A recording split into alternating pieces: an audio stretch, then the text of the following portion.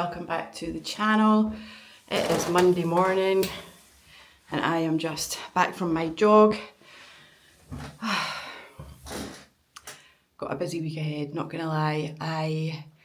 I've just been my jog, picked up a coffee, and it is about 6:45 a.m. I have got a lot to do today. I was on holiday last week. I actually spent a little bit of time this weekend, probably about half a day on Saturday and another couple of hours yesterday, catching up on stuff, getting stuff set up for this week, because as well as having lots of work on, it's also the school holidays here, so there is the juggle, and yeah, there's a lot to do. In this video, I am going to bust a few PR myths that you might have heard of and you might actually think are true, so I'm just gonna hopefully bust them and hopefully help you realise that there's loads of PR opportunities out there, and maybe it can help your business as well to do some of them, because PR is just publicity. It's like, how much can we get more eyes on what we are doing and who we are? How can we tell stories? How can we use the messages that are going to get people's attention? And you can do that for either your business or your own individual profile through the PR activities that I talk about on this channel. Right, welcome back. So I'm going to talk about 4 PR myths that I want to bust, because you might be watching this and actually believing that some of what I'm about to say is true, and I just want to reassure you that it's not, and hopefully it'll be super helpful for you. So the first PR myth is that PR is just for celebrities and huge global companies. And that is just so far from the truth. Yes, these celebrities and big corporates, they do have PR, of course, but PR is essentially just another promotional tool that you can use in your business, on top of your marketing, on top of your social media. And that's why any business can do it. The PR activities that I support my clients with are getting featured in the media, which any business can do, or any business owner, sharing your story, sharing your knowledge, sharing your lessons. The second thing is getting on podcasts as a guest, which any business owner can do, and or CEO or whatever your role might be. You can go on a podcast and share your knowledge, talk about your story, provide value for that audience, regardless of whether you are well known, high profile, working in a global company or running a global company. It doesn't matter. As long as your knowledge and your value can help the people listening, then you can be a podcast guest as well, and a really good podcast guest. And sometimes people who are running like regular businesses have more helpful information to share, because we're at the cutting edge of it all. We're like right in the thick of it. We're in the messy part that other people are in as well, and they want to hear that. And the other PR activity that I help my clients with is speaking on stages. And again, you don't have to be famous to do that. You just have to have something helpful and useful to say. And the stage doesn't need to be TEDx. It doesn't need to be a massive global conference. It can just be a micro speaking gig. It can be where you're speaking to a networking event or a business event, or, you know, a mastermind. So stop thinking that PR is just for the big ones. It's for you as well. And I really want you to remember that. So PR myth number 2 is that PR and marketing are just the same thing. And here's what I would say to that. There's a very clear difference between PR and marketing in my mind. Marketing is very much about you as the business owner, telling your audience why they should buy from you, why your product's great, what you can offer, who you are, etc. Whereas PR is someone else shining that spotlight on you. So when you appear as a guest on a podcast, the podcast host has already basically indicated to their audience that you are someone that they'll benefit from hearing from.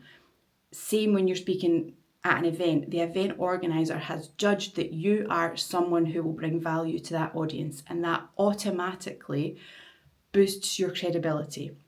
And when you appear in the media or write an article, again, it's that borrowed credibility. The media, the journalist, the editor has decided that what you've got to say is relevant enough, useful enough, important enough for them to include in that publication. And that's where PR differentiates from marketing. And to do both together is the key, outcome in my mind. But you have to just be very clear that they are two different disciplines, if you like. They're two different promotional activities.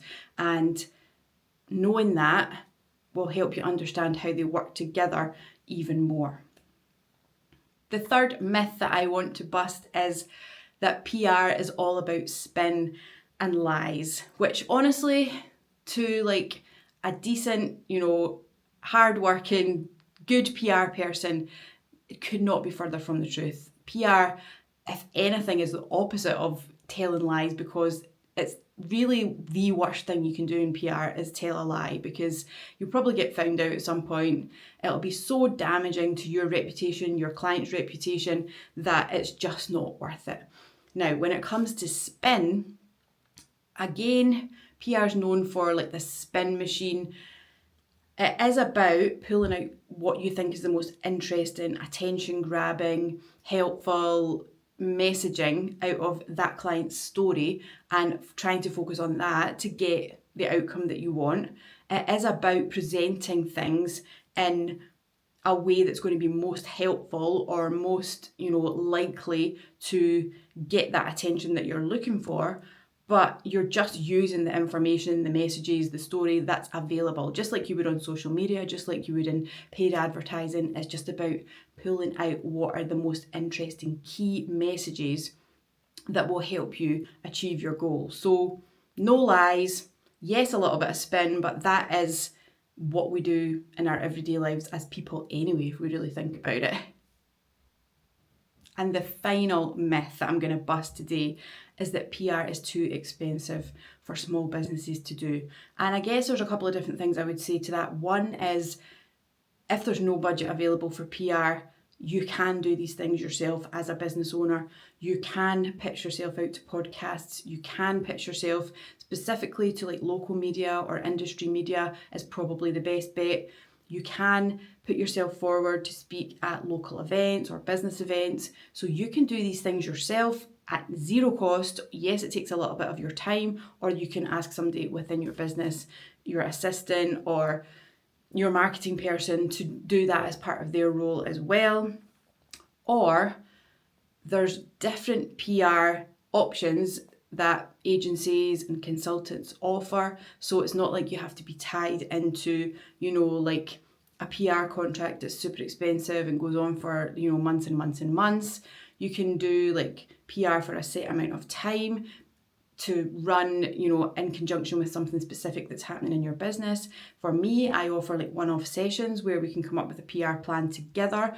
Other consultants probably offer something similar. You can use AI to generate sort of ideas, and you tell it your story and it'll tell you the key messages within that it thinks will be most interesting to media, to podcasts, to events.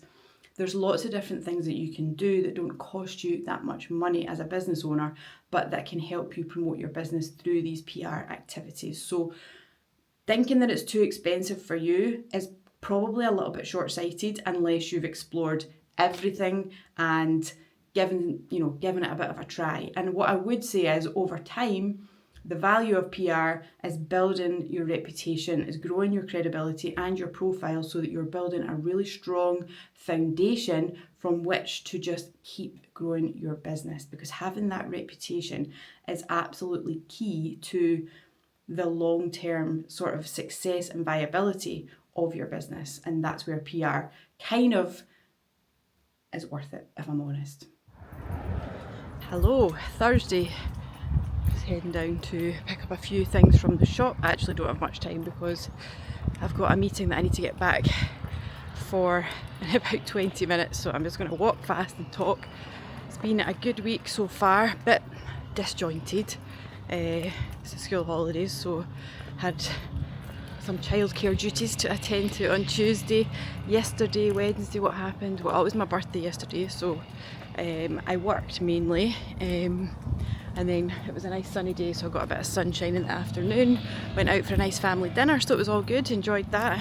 Been doing lots of pitching, focusing on pitching this week. Always do that the week after I've been on holiday, just because I don't get much proactive pitching done when I'm on holiday. Obviously, I keep an eye on things and I pick up anything that comes in or reactive stuff, but the following week I always like to get back after holiday and really do a solid week of pitching for all my clients. Plus I've got a few new clients at the minute and I want to get off to a really good start with them, so yeah, I'm just really having a lot of laptop time this week in between school holiday stuff. I've got all day today, I've got this call, and then I've got all afternoon to do some pitching. It's quite noisy up here, so I'm just going to stop for 2 seconds, but yes, all going well this week. Does anyone else feel like they're behind, you know? I feel like, I don't know why I look behind there, just behind in life, you know. I think when you have a birthday sometimes you assess where you are, but I do think when you're like a bit of a driven person, you are always going to feel like that. You always want more, don't you? You always think you could be doing more, getting more, being better, just like, you know, I don't know. Tell me in the comments if you feel that as well. Anyway, it's too noisy, I better go, and I'll catch up with you later. Okay, we're back, and I just wanted to finish on one last thing from that last video, which is also this week I've had to make a decision about letting a client go. I gave him notice. Lovely client, really, like, he's got a great profile, a really good one to have on my books as such, like reputationally, and also, you know, a good income, but I just kind of had to be honest with myself, and I really just felt like I'd taken him as far as I could, and that him and his business could potentially benefit from another PR, someone who maybe has a slightly different experience, different contacts, different fresh ideas, because I have really, and I'm very content that I've tried, you know, everything that I could think of, and, you know, we've done really well for him. He's been on loads of podcasts, he's lined up for several big business events that he's going to be speaking at over the next few months, and we've had some nice national media, we've had some sort of sector specific media for him, but it's just a gut feeling. But it's a really hard thing to do, to like say goodbye to that part of your monthly income, and B, basically just fight, like, it's not that you're letting them down, but just you are in a way saying, like, I don't think I can do this for you anymore, and you always have this sort of to-ing and fro-ing in your own mind, I think, about whether this is the right thing to do. But ultimately I kept coming back to this gut feeling, which was just, you know, it's fairer, it's the best thing to do, it's the right thing to do. So that's been on my mind a little bit this week as well. So yeah, it's just been, I always find the summers like a bit of a time of change, you know. Some clients pause, some clients some people get in touch because they want PR from, you know, autumn onwards, and that seems to be a bit of a surge time. So yeah, who knows? We're just trying our best, aren't we? Who knows if we're making the right decisions or not, but I always just think, let's just go with our gut feeling and let's just hope that it works out. Hey, so it's Friday afternoon and I'm just really starting to wind up for the week, to be honest. I do usually do quite a lot of Friday afternoon outreach, but I do have to do an airport run for family this afternoon, so I've been cramming everything in as much as possible in the morning, and I was up early, went a nice walk. It's so sunny here, it's so nice, so I got some lovely fresh air this morning, and I've literally been doing pitching. I've written a press release for one of the companies that I work with. I have been just messaging some contacts to try and just promote one of the brands that I'm working with at the moment. So yeah, this week I have had some nice wins. We've had a couple of people appearing on podcasts, as in like the episode that has come out. We've had a couple of nice media over the last wee while as well. One was Dynamic Magazine, which is a nice business magazine for women that one of my clients wrote for. Another was the national newspaper that I was talking about, I think, in the last video. Actually, the article came out for one of my clients in that. So that was nice. And yeah, this weekend, I've kind of got the weekend to myself, which is very, very, very unusual. So I'm looking forward to it. I probably will do some work because I've got another little trip next week. But yeah, other than that, things are feeling good. I always feel a little bit of stress because I always question whether I should have done more this week or whatever. But you know, I'm juggling a lot of things. I'm doing everything that I can. I'm getting through my list every single day of things that I must do and things that I want to get done for clients. So as long as I'm doing that, then I take it as a win. And if you win each day, overall, you get the results. And you win the month and you win the year, and that's what we're looking for. So whatever you're doing at the moment, I hope it's going well. I hope this video has been useful with the PR myths, and hopefully it, again, like with all my videos, just makes you think about things that you can be doing to promote your own business, that don't have to be expensive. They don't have to take up loads of time, but they could help grow your credibility and your reputation, and that is what it's all about in business. So I'm going to sign off now, and I shall see you in the next one. Thank you so much for watching. Do like and subscribe if you find these videos at all helpful, and I shall see you the next time.